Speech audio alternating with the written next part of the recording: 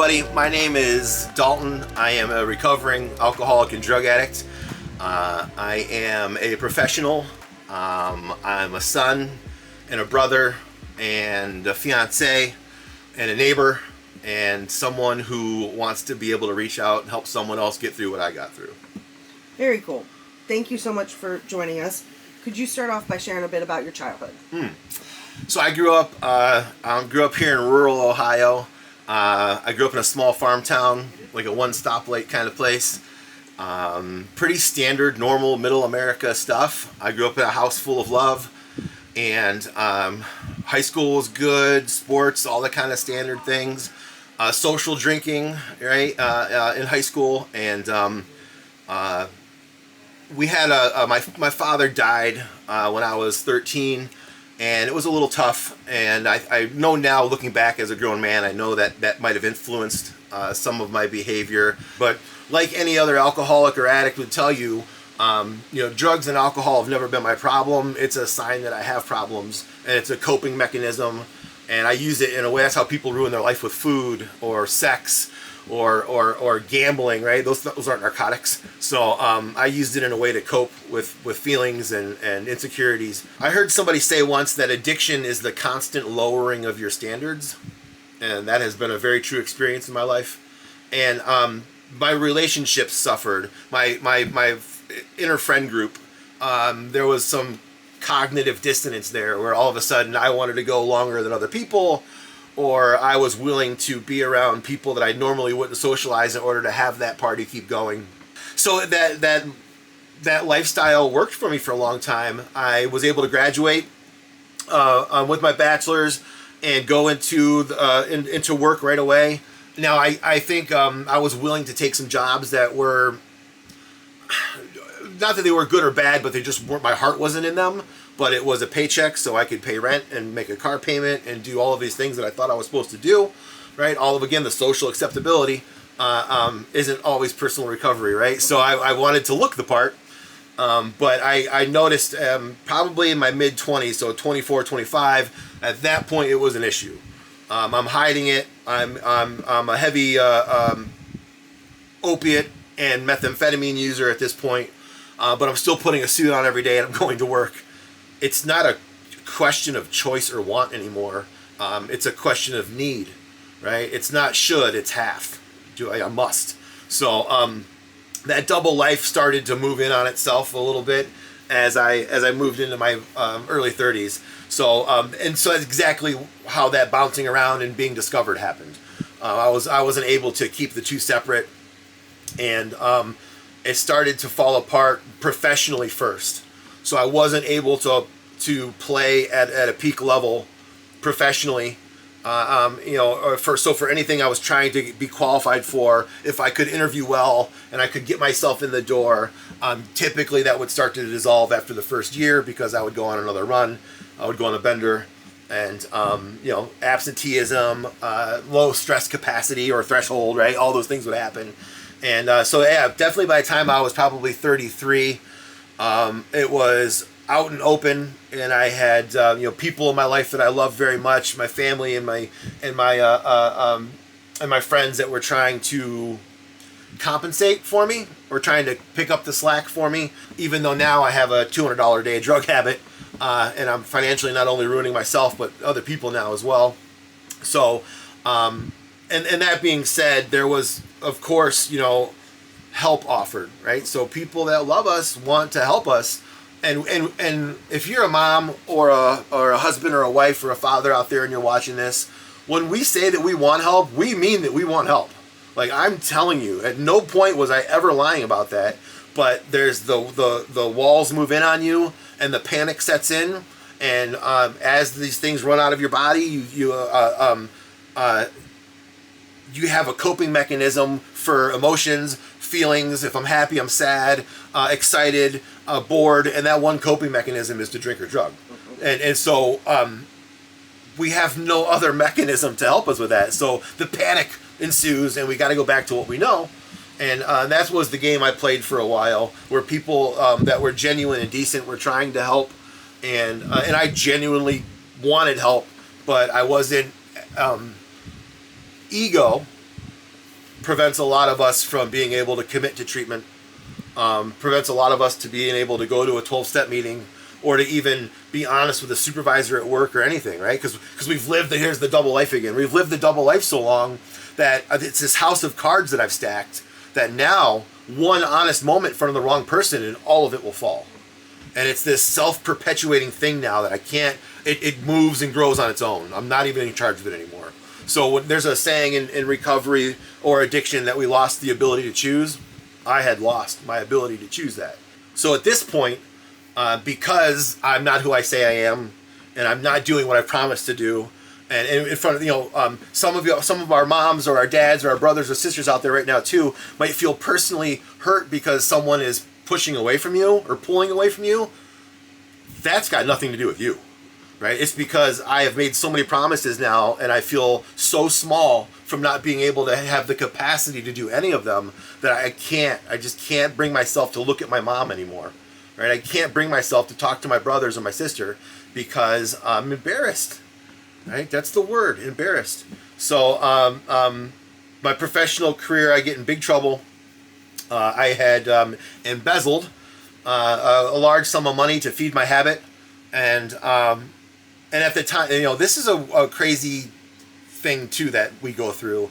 At no time was I ever really under the belief that I wasn't going to pay it back. Right, I had to keep going. Right, I'm a heroin addict at this point. I'm a full-blown needle-using heroin addict who still wears a suit. And I have my brothers help me, and my family helps me, and my ex-wife helps, and we get that dialed in, and we pay that money back. And I'm fully committed to try to do better, but I still don't want to go to treatment. I'm going to get it on my own. Right, and there's another thing too. If you're a person like me who's been battling this for 10 years at a extreme level, and you've constantly pulled it off, and constantly made it out again, and constantly came through at the end, you're believing that now, right? So that it's hubris. Hubris is an ego based on a track record of being able to pull it off a few times. So this hubris now is going where I'm like, I'll make it happen. I'm just going to make it happen. I love everyone. I want to do good for my mom. Right? I want to have a better life. There's not one addict that thinks, oh man, I love being awful. Right? So we want these things, but we don't know how to get them. So that's how it falls apart there. And things started to escalate super fast at that point. Here we are, let's say that term again, the lowering of standards. That moves real fast at that level. Right? So I have to keep lowering my standards of what I'll accept, who I will allow myself to be around, what type of interaction with somebody that I'll consider friendly, and all those dynamics change in order to feed this habit, this shadowy thing in the night that I take with me everywhere I go in my life. It's winning, and when it calls, man, there's just no choice, and I lost that power to choose, and off I went down this dark journey of self-abuse, and I feel lucky to be alive and to be here doing this today.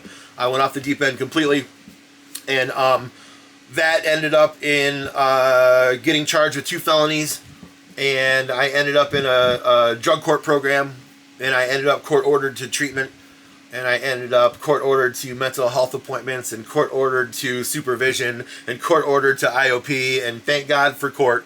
Because, I would love to tell you some intellectual argument about the decriminalization of people like us, but I'm with you alive here today on the front lines trying to help others because a couple of judges helped save my life.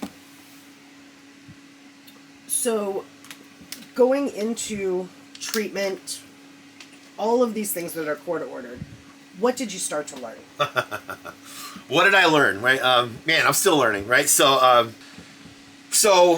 the fog starts to lift, and what ensues, we would want it to be bliss and joy for being free from this addiction, and opportunity and determination. But let me tell you what it really is: embarrassment, right? A lack of fulfillment, a panic of I've destroyed my life so much that how can I possibly build anything of value now? Right, I would love to tell you this rainbow bubblegum thing that like we see opportunity in the beginning and we're just going to run for the hills, and we don't. We see a desperate situation that we caused, and I can't be mad at anybody but myself. So for everyone there's a period. For me it was about 2 months where I had a really long battle with myself about can I do this? Am I the person who thinks they can do this? Right? Do I deserve to do this? And then there's this slow kind of march of the embarrassment starts to fade, right? All of a sudden, maybe I learned a new skill or two, which is true. All of a sudden, I was able to start learning again. I forgot how much I like to learn. I forgot how much I like to be a leader, right? I forgot that I was competitive to a certain degree, right? Being an addict, right? You lose those things. You can't be that way. So I forgot what it was like to feel a victory and to work for something and get it. And those things started to happen. So really at about 2 months in treatment, the light bulb started to come on, that there was opportunity and that I could build a life of value, but it wasn't going to be what I thought I was supposed to be. I was lucky enough, the sober housing I went to was on the same complex where I had to go to IOP, and so I was able to walk everywhere, because as most of us recovering addicts and alcoholics will tell you, my driver's license was a no-go. And let me tell you, I didn't have a car or gas money to put in a car. So I was high-stepping it everywhere I had to go. And I started this journey in sober living. And did I show up at sober living with the power of intention, right, ready to go, with a plan, in a 3-day plan and a 3-week plan and a 3-month? No. I showed up complaining about the room, right, complaining about the living room. I remember the beds.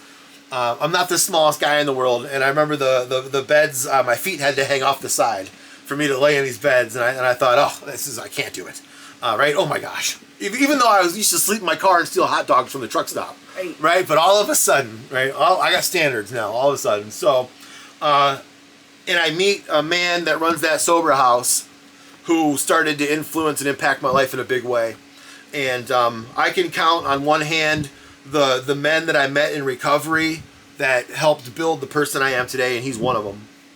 And he's told the truth. I hadn't had another grown man talk to me that way. Not somebody that wasn't family. And this man told me the truth.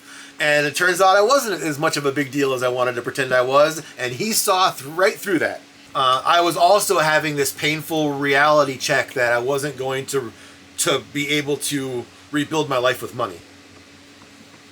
So that wasn't the deciding factor. And I sat and I had a heart-to-heart with myself about what's more important to me, everyone's approval or finding joy and bliss and contentment and purpose. And at 40 years old, I had a realization that at this point, what the hand I'm dealt and the cards I have left, I have to put all of that into fulfillment now. It can't be financial success and the white picket fence and the 2.5 kids and whatever else society tells us. And I started chasing how do I fulfill myself at an incredible pace. And again, I would love to tell you that it was this big epiphany, but it took 1.5 years to get there. I tried a few different things. I tried to, I thought if I could just get my driver's license back, I'd be fine, and I did. I thought if I could just get a car, I'd be fine, and I did. I thought if I could just get some money in my pocket, I'd be fine, and I did. I thought if I could start dating someone, right? Because we all know in order to feel whole, you got to find somebody to complete you, right? So, which is the worst thing ever for a relationship, right? Here's a news flash in case you don't know. Bring the completed version of yourself to the table, right? It's your job to bring the best version of you. So I found this person and I thought, well, this is going to fix it, right? This will fill the hole. And I think what it was that I had this incredible life experience and I was doing nothing with it. I had seen these dark things about life, right? I know now today that it's more important for me to identify as a recovering addict than it is anything else, whether it's a spouse or a family member or a professional, right? Or a recovery speaker or whatever it is. It's more important for me to identify as a recovering person first, because that puts the demon in the box. If I wake up every morning and I set my intention that way, where I remind myself that this shadowy figure is with me right off camera right now. It's with me everywhere I go. And I know now today it's a superpower.